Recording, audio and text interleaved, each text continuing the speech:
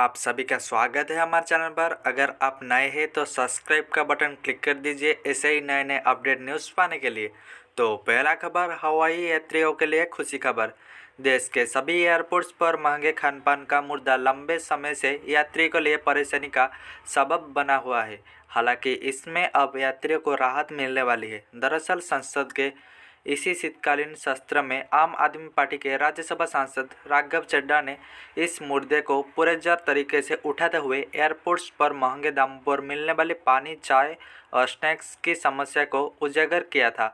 अब केंद्र सरकार ने एयरपोर्ट पर सस्ती कैंटीन खोलने का फैसला किया है। 8th पे कमीशन न्यूज। केंद्रीय सरकारी कर्मचारियों वेतन बढ़ाने को लेकर चर्चा जोरों पर है। बहुत सारे सरकारी कर्मचारी 8वें वेतन आयोग के बारे में भी सोच रहे हैं।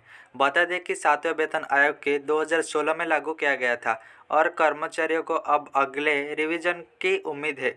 7वें वेतन आयोग के आने के बाद केंद्रीय कर्मियों का न्यूनतम वेतन 7,000 रुपये से बढ़कर 18,000 रुपये प्रति मंथ हो गया था और शीर्ष अधिकारियों की अधिकतम सैलरी 2.5 लाख रुपए प्रति मंथ तक पहुंच गई थी। पीएम किसान योजना में बड़ा बदलाव। प्रधानमंत्री नरेंद्र मोदी की सरकार ने देश भर के किसानों के लिए प्रधानमंत्री किसान सम्मान निधि योजना की शुरुआत की थी। इस योजना के तहत हर पंजीकृत किसान को 2,000 की राशि हर 4 मंथ में मिलती है, जो उन्हें अपनी खेती की खर्चों का पूरा करने की मदद भी करती है। इस पर सरकार ने एक नया नियम लागू किया है, जिसके तहत किसानों को इस योजना का लाभ तभी मिलेगा जब उनकी फार्मर आईडी उनके आधार कार्ड आईडी से लिंक होगी। मिल गया जयपुर गैस टैंकर, हादसे का हैवान। राजस्थान की राजधानी जयपुर से एक रूह कांपा देने वाली घटना सामने आई है, जिसे सुनकर आप सहम जाएंगे। इस मामले में परिवहन विभाग की जांच में चौंकाने वाली जानकारी सामने आई है। हादसे के लिए जिम्मेदार ट्रक चालक हरियाणा का रहने वाला था और वह सीरियल ऑफेंडर निकला। पिछले 2 साल में उसका 7 बार चालान हो चुका था। इनमें रफ ड्राइविंग, सिग्नल तोड़ना और लापरवाही से गाड़ी चलाना जैसी गंभीर गलतियां शामिल है। नीतीश सरकार का बड़ा आदेश। बिहार में चल रहे भूमि सर्वेक्षण को लेकर एक बड़ी खबर सामने आई है।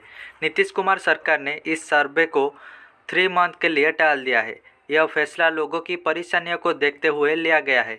कई लोग अपने ज़मीन के कागजात जुटाने में मुश्किल का सामना कर रहे थे। इसके अलावा कुछ जगहों पर सर्वे के दौरान गड़बड़ियों की शिकायत भी मिल रही थी। इस फैसले से लोगों को राहत मिलेगी और वे अपने दस्तावेज ठीक से तैयार कर पाएंगे। हिमाचल प्रदेश में सरकार यूपीएस लागू करेगी। केंद्र सरकार ने हिमाचल सरकार को पत्र लिखकर कर्मचारियों को यूनिफाइड पेंशन स्कीम लागू करने को कहा है। अगर ऐसा किया जाता है तो केंद्र सरकार हिमाचल को 1,600 करोड़ रुपए की विशेष सहायता देगी। केंद्र की ओर से जारी पत्र के अनुसार 2022-23 और 2023-24 में अनुबंध पर नियुक्त सरकारी कर्मचारियों को यूपीएस में लाने से फायदा होगा। हालांकि राज्य सरकार ने पत्र को लेकर अभी कोई जवाब नहीं दिया है। यह उल्लेखनीय है कि राज्य सरकार ने हिमाचल में ओल्ड पेंशन स्कीम लागू की है।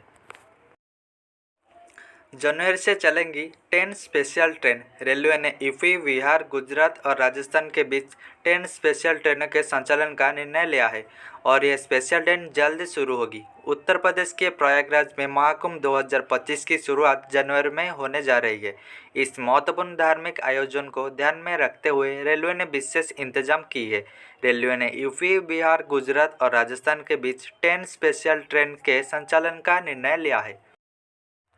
ईपीएफओ के करोड़ों सदस्यों को बड़ा राहत। जुलाई महीने में पूर्ण बजट पेश किया गया था। उस समय केंद्रीय वित्त मंत्री निर्मला सीतारमण ने एक नई रोजगार लिंक्ड इंसेंटिव योजना की घोषणा की थी। इस योजना का लाभ उठाने के लिए यूएएन को सक्रिय करना और बैंक खातों को आधार से जोड़ना अनिवार्य है। कर्मचारी भविष्य निधि संगठन के करोड़ों सदस्य के लिए यह एक खुशखबरी है। अब इन दोनों प्रक्रिया को पूरा करने के लिए 15 जनवरी 2025 तक की समय सीमा बढ़ा दी गई है। सबसे सुरक्षित कार नहीं बचा सकी जान। बेंगलुरु में शनिवार को हुए एक खौफनाक सड़क हादसे में एक सीईओ समेत 6 लोग की मौत हो गई है। इस हादसे ने भारत में सड़क पर सुरक्षा को लेकर कई गंभीर सवाल खड़ा कर दिए हैं। हादसे में मारे गए लोग वोल्वो XC90 में सवार थे। वोल्वो कार दुनिया में सबसे सुरक्षित माना जाता है। इसके बाद भी इसमें सवार 6 लोग मारे गए। ऐसे में कहा जा रहा है कि जब तक सड़क को सुरक्षित नहीं बनाया जाए, सुरक्षित कारें भी लोगों की जान नहीं बचा सकती।